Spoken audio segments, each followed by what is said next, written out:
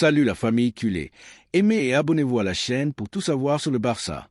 Dans cette vidéo, nous avons 3 nouvelles très importantes sur notre club bien-aimé. Passons à la première. Ansu Fati est très proche de dire adieu au club qu'il a vu grandir, qu'il a formé depuis l'enfance et qu'il a propulsé parmi l'élite du football mondial. À seulement 16 ans, son nom, il n'y a pas si longtemps, était prononcé avec enthousiasme dans chaque coin du barcelonisme. On parlait de lui comme l'héritier naturel de Messi, comme le joyau le plus brillant de la Masia ces derniers temps, comme le visage du futur culé.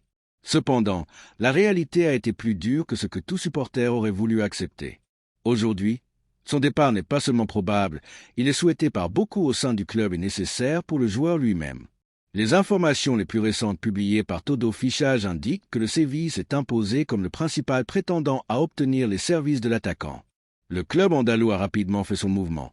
Conscient qu'il s'agit d'une opportunité unique de renforcer son effectif avec un jeune footballeur ayant de l'expérience dans de grands scénarios, surtout avec une immense motivation pour se réaffirmer à Nervion.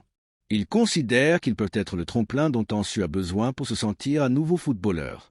Depuis le Barça, le message est clair, Hansi Flick ne compte pas sur Ansu Fati. Le nouvel entraîneur allemand a évalué le joueur, l'a observé, a revu sa dernière étape et a conclu qu'il ne correspondait pas à ses plans immédiats.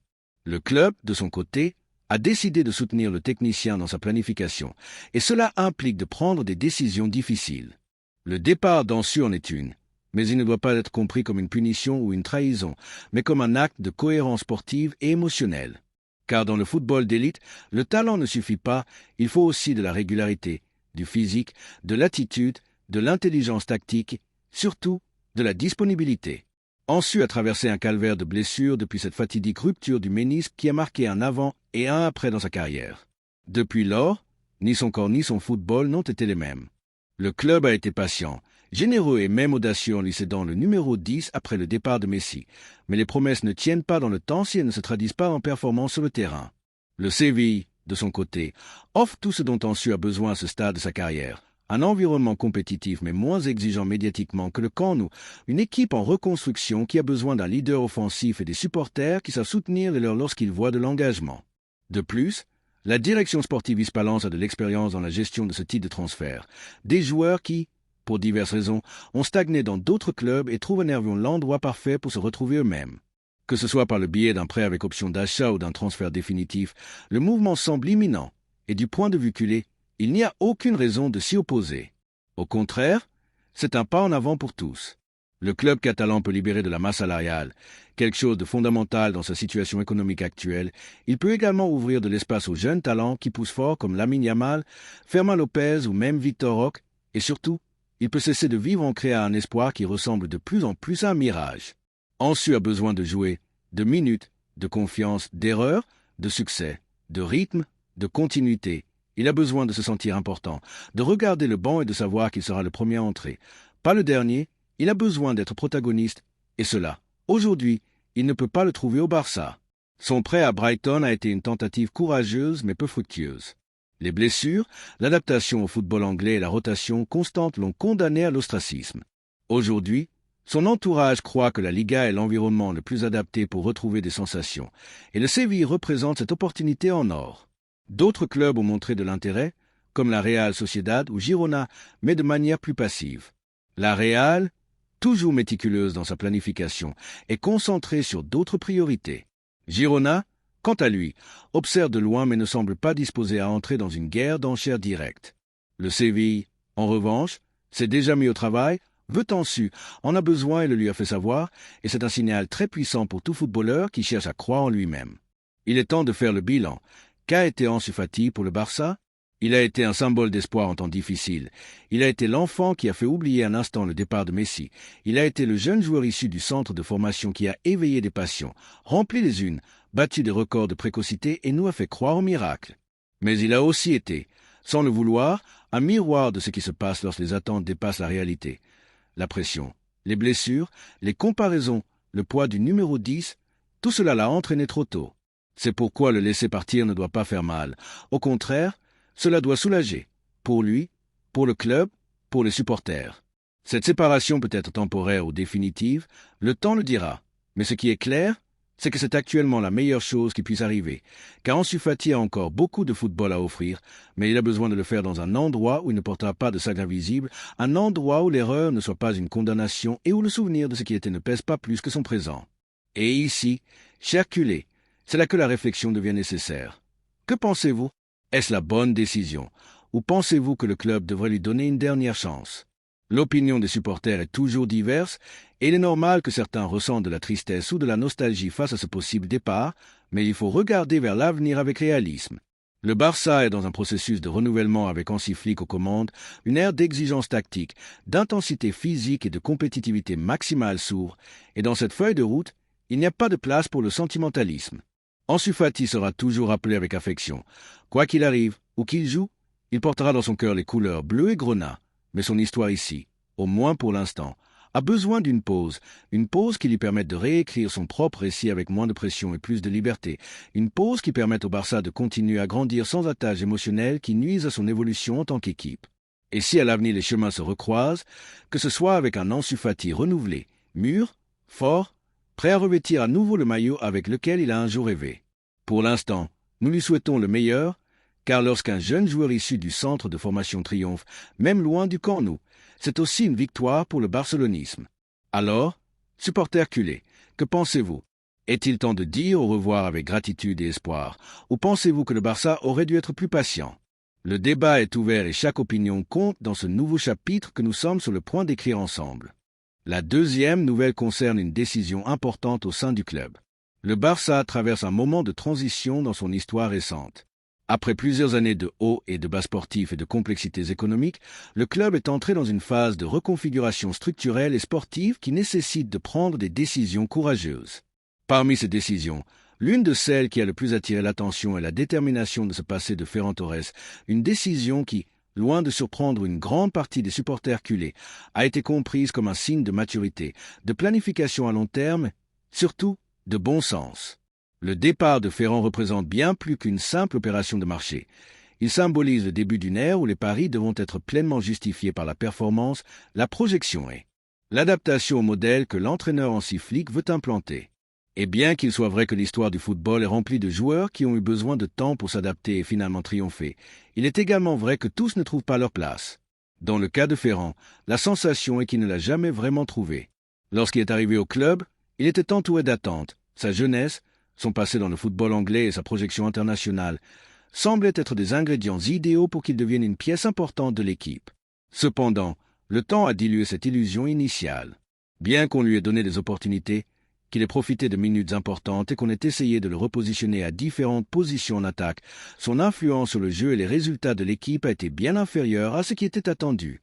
Le Barça, en tant qu'institution, ne peut se permettre de garder dans son effectif des footballeurs qui ne font pas la différence, quelle que soit leur attitude ou leur professionnalisme. L'exigence dans un club de cette envergure est maximale. Il ne s'agit pas seulement d'être appliqué ou correct, on attend des joueurs qu'ils se distinguent, qu'ils marquent la tendance, qu'ils entraînent l'équipe vers l'avant dans les moments difficiles. Lorsque cela ne se produit pas, malgré toute l'affection ou le respect que l'on peut avoir pour le joueur, il est préférable de prendre des chemins séparés. Car au final, le football est aussi une question de gestion des ressources, de planification et d'efficacité. D'un point de vue économique, garder Ferran implique d'assumer un coût considérable et si l'on tient compte du fait que sa performance n'a pas été différentielle, sa permanence devient un fardeau. En revanche, lui ouvrir la porte de sortie peut être une opportunité stratégique pour libérer de la masse salariale, obtenir des revenus grâce à une vente ou utiliser son nom dans une opération qui bénéficie à l'équipe dans d'autres positions plus nécessaires. Tout cela prend encore plus de sens si l'on tient compte de la politique de durabilité que le club s'est fixée comme priorité depuis quelques années. Il ne s'agit pas de mépriser le joueur ou de le juger avec sévérité. Au contraire, Ferran a démontré être un professionnel sérieux, avec une attitude positive et sans générer de conflits internes.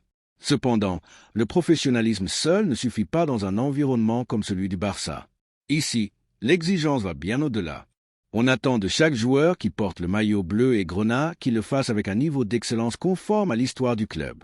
Si cette excellence n'est pas atteinte, la logique sportive et économique pointe dans une seule direction. Il est nécessaire de rappeler que dans l'histoire du club, de nombreux footballeurs sont passés, qui, sans être de mauvais joueurs, n'ont pas réussi à laisser leur empreinte, et ce n'est pas pour autant qu'ils sont méprisés. Ils n'étaient simplement pas ce dont l'équipe avait besoin à ce moment-là. La relation entre le joueur et le club peut aussi être une question de contexte, de système, de mentalité. Ferrand n'a pas été le premier cas et ne sera pas le dernier, et il n'y a pas de drame à le reconnaître. L'important est de savoir quand mettre fin à une étape et en commencer une autre. En même temps, il travaille avec discrétion pour lui trouver une issue qui bénéficie les deux parties, car bien que le cycle de Ferrand au Barça semble terminé, cela ne signifie pas qu'il ne peut pas avoir de succès dans une autre équipe, dans un autre environnement, avec d'autres responsabilités et d'autres exigences. La figure du nouvel entraîneur, Hansi Flick, a également un poids important dans cette décision. Le technicien allemand est arrivé au club avec une idée très claire de ce qu'il veut implanter, un football dynamique, de haute intensité, avec des transitions rapides et une pression organisée. Dans ce schéma, il n'y a pas de place pour les joueurs qui ne s'adaptent pas complètement à sa vision. Et bien que Ferrand ait tenté de s'intégrer et d'offrir différentes versions de lui-même, l'évaluation technique n'a pas été positive. Une équipe qui reste stagnante dans les décisions du passé ou une qui ose renouveler son effectif avec des critères et du courage. La réponse pour beaucoup est claire, c'est pourquoi cette décision ne doit pas être vue comme une perte, mais comme une opportunité de reconfigurer l'équipe avec des pièces qui ajoutent réellement, qui élèvent le niveau collectif, qui répondent à l'exigence que impose le fait de porter le maillot du Barça. Une opportunité d'utiliser les ressources disponibles de manière plus efficace et de miser sur des joueurs qui peuvent faire la différence dès la première minute. Les supporters culés ont démontré tout au long de l'histoire être intelligents, critiques et passionnés, et sauront sans doute comprendre que dans cette phase de reconstruction, tous les joueurs ne peuvent pas avoir leur place.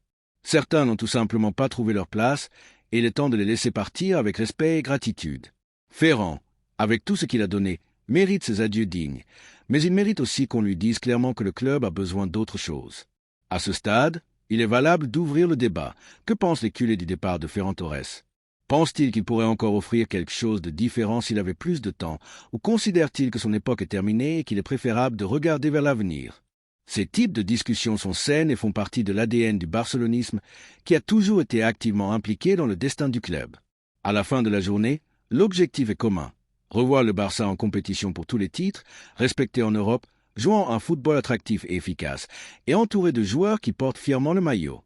Pour y parvenir, les décisions prises aujourd'hui sont fondamentales, et si l'une de ces décisions consiste à dire adieu à Ferran Torres, qu'il en soit ainsi, avec maturité, avec gratitude et, surtout, avec la certitude que c'est ce qu'il y a de mieux pour l'avenir du club, car aucun nom, aussi sympathique soit-il, ne peut être au-dessus du projet sportif qui est en gestation. La reconstruction continue, le nouveau cycle avance, et le Barça, les yeux rivés sur demain, commence à prendre les décisions qui marqueront son destin dans les années à venir. La troisième nouvelle concerne un énorme coup de maître pour le Barça. Le Barça a frappé un grand coup sur le marché des transferts, démontrant une fois de plus qu'il est prêt à miser gros pour renforcer son effectif avec du talent jeune, compétitif et assoiffé de gloire. Selon des médias prestigieux en Angleterre comme The Guardian, Sky Sport, Daily Mail et The Times, Chelsea a accepté l'offre du club Blaugrana pour s'attacher les services du milieu de terrain équatorien Moisés Caicedo, âgé de seulement 23 ans. Il s'agit d'un mouvement stratégique conçu dans le détail par la direction sportive et qui bénéficie du soutien total d'Hansi Flick, l'actuel entraîneur du Barça, qui a été une pièce clé dans l'avancement des négociations. Caicedo, qui est arrivé à Chelsea comme l'un des transferts les plus chers de l'histoire du club londonien, n'a pas réussi à s'imposer complètement à Stamford Bridge, malgré avoir montré des éclairs de sa grande qualité. Cependant, on considère qu'il a le contexte idéal pour exploiter toutes ses capacités au Barça et devenir l'une des grandes figures du milieu de terrain européen. L'accord prévoit un contrat de 6 saisons, ce qui démontre la confiance totale placée dans le joueur et la vision d'avenir qui prévaut dans le nouveau projet sportif dirigé par Flick. Le technicien allemand, qui depuis son arrivée a insisté sur la nécessité de renforcer le milieu de terrain avec des joueurs intenses, dynamiques et capables de soutenir le rythme des grands matchs, a placé le nom de Moisés Caicedo en tête de sa liste de priorités. Pour Flick, l'Équatorien incarne ce profil qui mélange la force physique avec l'intelligence tactique, l'agressivité avec l'ordre et le déploiement avec la capacité d'association. En définitive, un joueur qui non seulement s'intègre dans l'idée footballistique de l'entraîneur, mais qui peut également élever immédiatement le niveau de l'équipe. Le départ imminent de Frenkie de Jong, dont la situation contractuelle et sportive a été sujet de réflexion au sein du club, a obligé la direction sportive à agir avec agilité. Le Néerlandais n'a pas atteint la régularité attendue et tout indique que son époque en tant que Blaugrana touchera à sa fin à la fin de la saison. Dans ce scénario, le transfert de Caicedo n'apparaît pas seulement comme une alternative, mais comme une évolution naturelle de la position, apportant des caractéristiques différentes qui pourraient revitaliser complètement la structure de l'équipe. L'intérêt du Barça pour Caicedo n'est pas nouveau. Depuis son irruption à Brighton, le jeune Équatorien a attiré l'attention par sa maturité tactique, son sens du positionnement, sa capacité de récupération et son déploiement physique inépuisable. À seulement 20 ans, il dominait déjà les matchs en Premier League avec une autorité impropre à son âge. En Angleterre, il n'a pas tardé à être comparé à certains des meilleurs milieux de terrain du monde et son transfert à Chelsea semblait confirmer qu'il était destiné à de grandes choses. Cependant, l'entourage de Caicedo et le joueur lui-même ont toujours regardé avec admiration le projet du Barça. À plusieurs reprises, il a été mentionné que l'Équatorien rêve de jouer en Espagne et le faire dans un club avec autant d'histoire, de mystique et de projection internationale que le Blaugrana représente pour lui un saut définitif dans sa carrière. Son entourage a manifesté qu'il est enthousiaste à l'idée de cette possibilité, qu'il suit de près les décisions prises depuis Barcelone et qu'il est prêt à relever le défi avec professionnalisme et ambition. L'une des clés de l'opération a été la possibilité d'inclure Alejandro Balde comme monnaie d'échange partielle. Le jeune latéral, qui a percé avec force dans l'élite il y a quelques saisons, n'a pas réussi à s'imposer comme prévu en raison de problèmes physiques et de manque de continuité. Son départ libérerait de la masse salariale et aiderait à équilibrer l'opération sur le plan financier. Chelsea évalue positivement son incorporation, car il considère qu'il a une marge de progression et pourrait devenir une pièce importante dans sa rénovation défensive. Ce type d'opération, qui combine l'échange de joueurs et le paiement économique, représente une formule intelligente dans un contexte où le contrôle financier est de plus en plus strict. Le Barça, qui a appris des erreurs du passé, mise sur des transferts durables et qui peuvent générer un retour à la fois sportif et économique. Moisés Caicedo remplit toutes les conditions. Il est jeune, a déjà de l'expérience dans l'élite, a une mentalité compétitive et peut jouer plusieurs années au plus haut niveau.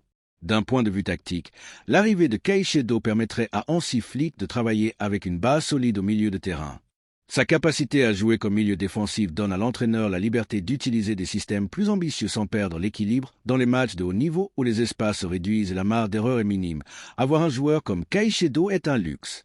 Sa lecture du jeu, sa capacité à anticiper, sa force dans les duels individuels et sa résistance physique sont des outils clés pour contrôler le rythme du match. À cela s'ajoute une capacité de plus en plus grande à distribuer le ballon avec critère, sans se compliquer, mais sans renoncer non plus à la passe verticale qui brise les lignes. Les supporters culés, qui ont toujours su apprécier les milieux de terrain talentueux et travailleurs, peuvent trouver en Caicedo un nouveau héros. Ce n'est pas un joueur qui cherche un protagonisme inutile ou qui se désintéresse du travail obscur. Au contraire, il s'agit d'un footballeur humble et dévoué qui place l'équipe au-dessus de la mise en valeur personnelle. Ce profil a été historiquement très apprécié par les supporters blaugrana qui reconnaissent et applaudissent l'engagement et l'effort. Nous ne pouvons pas oublier que le football moderne exige des milieux de terrain avec une préparation totale. Il ne suffit plus d'avoir un bon pied. Il faut de la force, de la résistance, de la lecture tactique, de l'agressivité et une mentalité gagnante. Caicedo représente cette nouvelle génération de milieux de terrain complets qui peuvent dominer toutes les phases du jeu, et le faire avec le maillot blaugrana peut être l'impulsion définitive pour en faire une référence mondiale dans sa position. L'arrivée de Moisés Caicedo peut marquer un avant et un après dans la construction du nouveau Barça. Et maintenant, ouvrons le débat. Que pensent les barcelonistes du transfert de Moisés Caicedo? Pensent-ils qu'il est le joueur idéal pour diriger le milieu de terrain dans cette nouvelle étape? Voit-il d'un bon œil son arrivée, même si cela implique le départ d'un jeune issu du centre de formation comme Balde? Ont-ils confiance en ce que l'Équatorien peut être ce milieu de terrain dominant que le club recherche depuis si longtemps? Les opinions peuvent être diverses, mais ce qui ne peut être nié, c'est que ce mouvement a tous les ingrédients pour être l'un des grands succès de l'été. Moisés Caicedo est prêt à faire le saut, et le Barça, avec Flick aux commandes, est prêt à lui ouvrir la porte à une nouvelle ère. Que l'enthousiasme commence. Laissez-nous votre opinion dans les commentaires.